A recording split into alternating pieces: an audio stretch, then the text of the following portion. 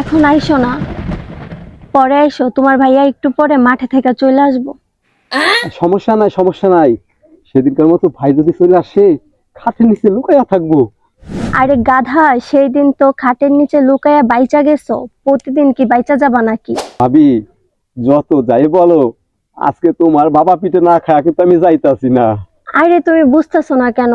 তোমার জন্য আমি বাবা পিঠা রাইখা দিছি। তুমি রাত্রে ঘরের পিছনে আইসো, আমি নিজের হাতে তোমার পেট ভরাইয়া খাওয়াই দিব, ঠিক আছে? কি রে? হ্যাঁ, আমি একটা ভাবা পিঠা পাই না আর তুই লাংরে পেট ভরে খাওয়াবি? হ্যাঁ, এই কারে ফোন দিছস? কারে ফোন দিছস? এলো কোথায় ক? আইতে ক, এক্ষুন তোর আইতে ক, আইতে ক। আমি কইছিস তার এক্ষুন আমার বাড়ি আইতে ক, আইতে ক। কইতেছি। আমি কইছি তাড়াতাড়ি কথা কবি। কইতেছি। হ্যালো, হ্যাঁ তুমি তাড়াতাড়ি আসো, তাড়াতাড়ি আসো। হ্যাঁ হ্যাঁ, তাড়াতাড়ি আসো। আইতাছি, আইতাছি। ভাবি যাইতে কইছে আজকে, তবে বাবা পিঠে না খায় তো ওই না। আইতাছে। এইবার একটা কাজের মতো কাজ হয়েছে। আমি দেহুম তোর নাগরে কেমনে বাফা পিঠা খাওয়াইস। তাই শোন, আমি ওইখানে লুকাই লুকাই দেহুম, বুঝতে যদি না পারে ও, আমি দেখতেছি। খবরদার ঠিক মতো বাফা পিঠা খাওয়াইবি। আমি গেলাম ওই জায়গা, ঠিক আছে?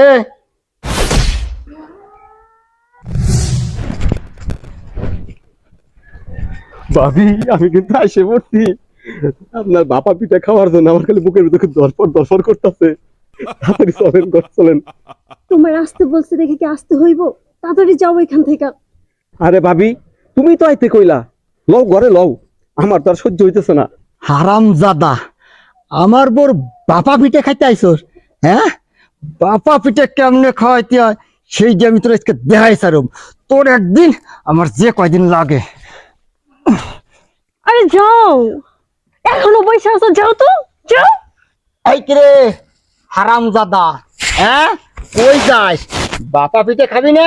ল ঘরে ল, আজকে আমার বউ তোর বাপা পিঠে খাওয়াইবো। হ্যাঁ, আর আমি সেটা দেখুন। চল ঘরে চল, তোর নাগরে বাপা পিঠে খাওয়াবি না? আয় আয় আজকে, এই চল চল, তোর নাগরে আজকে বাপা পিঠে খাওয়াবি। চল। এখন এই বাবা পিঠে খাইতে কই নিতে আসেন? ঘরের মধ্যে নিতে আসেন টিফিনে। আরে তুমি জানো না, এই যে আমার বউ, এর প্রত্যেকদিন বাপা পিঠে খাওয়ায়।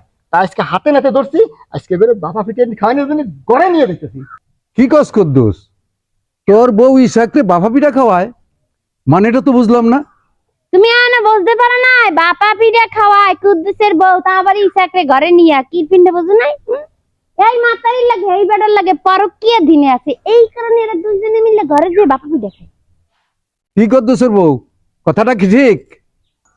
দাদু আমি কারে কি জিজ্ঞেস করতে আছেন? আর থতনা দিয়ে তো কথাই বেরিয়ে না, কারণ কথা তো নুরমানে নাই।